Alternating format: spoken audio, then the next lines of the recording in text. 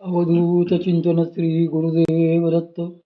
माझ्या सर्व साधक बंधू भगिनींनो, आपण वामनराज प्रकाशनचे पुस्तक वाचत आहोत. सध्या आपण परमपूज्य श्रीदादा कवडे महाराजांनी लिहिलेले साधन जिज्ञासा हे साधकांसाठी उपयुक्त असलेले पुस्तक वाचण्यास घेत आहोत. आजचा प्रश्न असा आहे की ज्ञानदेव रचिला पाया, तुका झालाचे कळस, या श्री संत तुकाराम महाराजांच्या वचनाचा अर्थ काय आहे? उत्तर: मुळात ही रचना आपण समजता तशी श्री संत तुकाराम महाराजांची नसून त्यांच्या पोटशिष्या श्री संत बहिणाबाई शिरूरकर यांची आहे. त्या म्हणतात, ज्ञानदेवे घातला पाया, उभारिले देवालया, तुका झालाचे कळस, भजन करा सावकाच. आपल्या महाराष्ट्रात जो भागवत धर्म फोफावला तो धर्म माऊलींच्या काळात नव्हता आणि तो माऊलींनी प्रथम सुरू केला असे नाही. तो तर अगदी अनादी काळापासूनच पृथ्वी तलावर आहे. त्या भागवत धर्माच्या विशुद्ध रूपाचीच पुनश्च मांडणी माऊलींनी केली आहे. त्या धर्माच्या तत्वज्ञानाचा गाभास माऊलींनी प्रगट केला आणि नंतर माऊलींच्या अधिष्ठानाने जे संत पुढे आले त्या सर्वांनीच त्याला आपापल्या चिंतनातून जोड दिली. श्री संत तुकाराम महाराजांनी तेच तत्वज्ञान आपल्या अभंगवाणीने अतिशय सोपे करून जनसामान्यापर्यंत पोहोचविले. त्यामुळे माऊलींनी पाया रचला असे म्हणतात आणि तेच तत्वज्ञान अगदी सोपे करून विस्तारून श्री संत तुकाराम महाराजांनी सांगितले, म्हणून ते कळस झाले असे श्री संत बहिणाबाई सांगतात. आपण एखादे मंदिर जर बघितले तर आपल्याला त्याचा पाया काही दिसत नाही, पण मधले भाग मात्र दिसतात आणि कळस तर दुरूनही दिसतो, पाया दिसत नसतो. याचे कारण तो जमिनीखालच्या भागात असतो. माऊलींनी जे तत्वज्ञान प्रगटपणे सांगितले ते गूढ स्वरूपाचे आहे. त्यांचे ज्ञानेश्वरी, अमृतानुभव आणि चांगदेव पासष्टी हे ग्रंथ म्हणजे मराठी भाषेतील प्रस्थान त्रयीच आहे. या ग्रंथातील तत्वज्ञान समजण्यासाठी कठीण, गूढ आहे. माऊलींनी जनसामान्यांसाठी ज्ञानेश्वरी लिहिली असे जरी कितीही म्हटले जात असले तरी माऊलींचे स्वतःचे काही तसे म्हणणे नाही. हे म्हणणे आजच्या लोकशाहीत वावरणाऱ्यांचेच आहे की माऊलींनी तळागाळापर्यंत परमार्थ नेला, पण त्यांनी असे काही केलेले नाही. ते स्वतःच म्हणतात की हे असो तया बोलाची ताटे भली, वरी कैवल्यासे ओगरली, ही प्रतिपत्ती मिया केली निष्कामासी. जो निष्काम अंतःकरणाचा असेल त्याच्यासाठीच मी ही प्रतिपत्ती केलेली आहे. ही ज्ञानेश्वरी आणि त्यातील तत्वज्ञान निष्कामांच्याच खरे उपयोगी पडेल.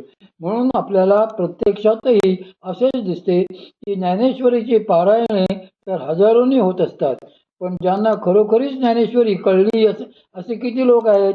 ज्यांनी ज्ञानेश्वरीला आयुष्यभर अभ्यास केला ते महात्मे पण असेच म्हणतात की त्यांना ज्ञानेश्वरी कळली नाही. पण श्री संत तुकाराम महाराजांच्या गाथ्याचे मात्र तसे नाही. तो श्री महाराजांनी जनसामान्यांसाठी त्यांच्याच भाषेत लिहिला. ते जे बोलले ते व्यवहारातील रोखठोक अनुभव घेऊनच बोलले. व्यवहारातले आणि परमार्थातले अनुभव जसे आले तसेच त्यांनी सांगितले.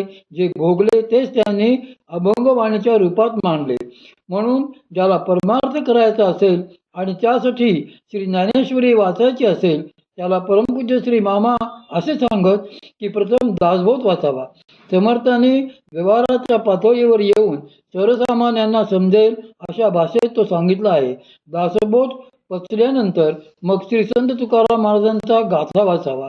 तो गाथा कळल्यानंतर श्री एकनाथी भागवत वाचावे. मग श्री नामदेव महाराजांचा गाथा वाचावा आणि एवढे सगळे नीट कळल्यानंतरच श्री ज्ञानेश्वरी वाचावी. तिचे आकलन होत आहे असे वाटल्यानंतरच अमृतानुभव वाचावा. तोही कळतो आहे असे वाटल्यानंतर चांगदेव पासष्टी वाचावी. अशा रीतीने या ग्रंथांचा जाणत्यांनी अभ्यासाच्या दृष्टीने एकापेक्षा एक अवघड असा क्रम लावलेला आहे. एखादा साधक जर समाधी संपत्ती युक्त नसेल तर त्याला श्री ज्ञानेश्वरीचा अंतरंग अधिकारच नाही. तो निष्काम नसेल तरी त्याला अंतरंग अधिकार नाही. म्हणून संतांनी माऊलींना पाया आणि संत तुकाराम महाराजांना कळस म्हटलेले आहे. मंदिर पायावरच उभे असते, पण पाया दिसत नसतो. माऊलींचे तत्वज्ञान इतर संतांनी सुस्पष्ट केलेले आहे आणि तेच श्री संत तुकाराम महाराजांनी सामान्यांकरता सगळ्यात सोपे करून दाखविले आहे, म्हणूनच त्यांना कळस म्हटले जाते. प्रश्न: माऊली हे श्री भगवंतांचे अवतार असतानाही त्यांना असे का सांगायला लागले की त्यांनी अनेक जन्म घेतले? उत्तर: माऊली असे जे बोलतात ते लोकांच्या भाषेत त्यांना कळण्यासाठी म्हणून बोलतात. आपली जी अवतारांची संकल्पना असते तीच मुळात स्पष्ट नसल्यामुळे आपल्याला ही मग असे वाटते. श्री भगवंतांच्या अवतारात दोन मुख्य प्रकार असतात. त्यापैकी एकाला प्रत्यक्ष अवतार असे म्हणतात. यात एखाद्या विशिष्ट कार्यासाठी श्री भगवंत खाली भूलोकात जन्म घेऊन अथवा प्रगट होऊन येतात. दशावतार हे सगळे प्रत्यक्ष अवतारच आहेत. श्रीमद भागवतात जे 24 अवतार सांगितले आहेत तेही असे प्रत्यक्ष अवतारच आहेत. दुसरा जो अवतारांचा प्रकार असतो त्याला सिद्धावतार किंवा महासिद्धावतार असे म्हणतात. एखादा जीव जशी साधना करीत जाईल तसतसा त्याच्यामध्ये भगवत कृपेचा विकास होत जातो आणि असे होता होता ज्यावेळी त्याच्या अंतःकरणात पूर्ण भगवत कृपा प्रगट होते तेव्हा तो भगवताकारच भगवत स्वरूपच होतो. असे झाल्यानंतर जेव्हा प्रारब्धाने त्याचा देह पडतो तेव्हा तो भगवत स्वरूपात मिसळतो.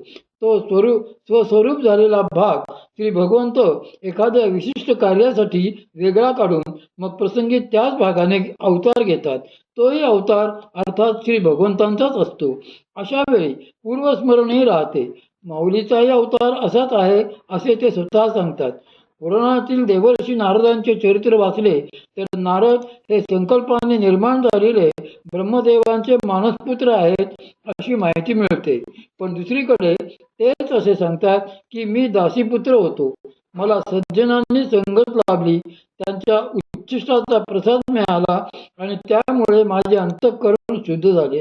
मला भक्तीची प्राप्ती झाली आणि साधना करता करता मी भगवत स्वरूपातच लीन झालो. या दोन्ही गोष्टीत परस्पर समन्वय आहे. सुरुवातीला हे महात्मे पण आपल्यासारखेच साधारण जीव म्हणून जन्माला आले होते. कुठल्या तरी जन्मात सत्पुरुषांची कृपा झाली, नामस्मरण आणि साधन सुरू झाले. असे काही जन्म गेल्यावर ते भगवत स्वरूपात तदाकार झाले.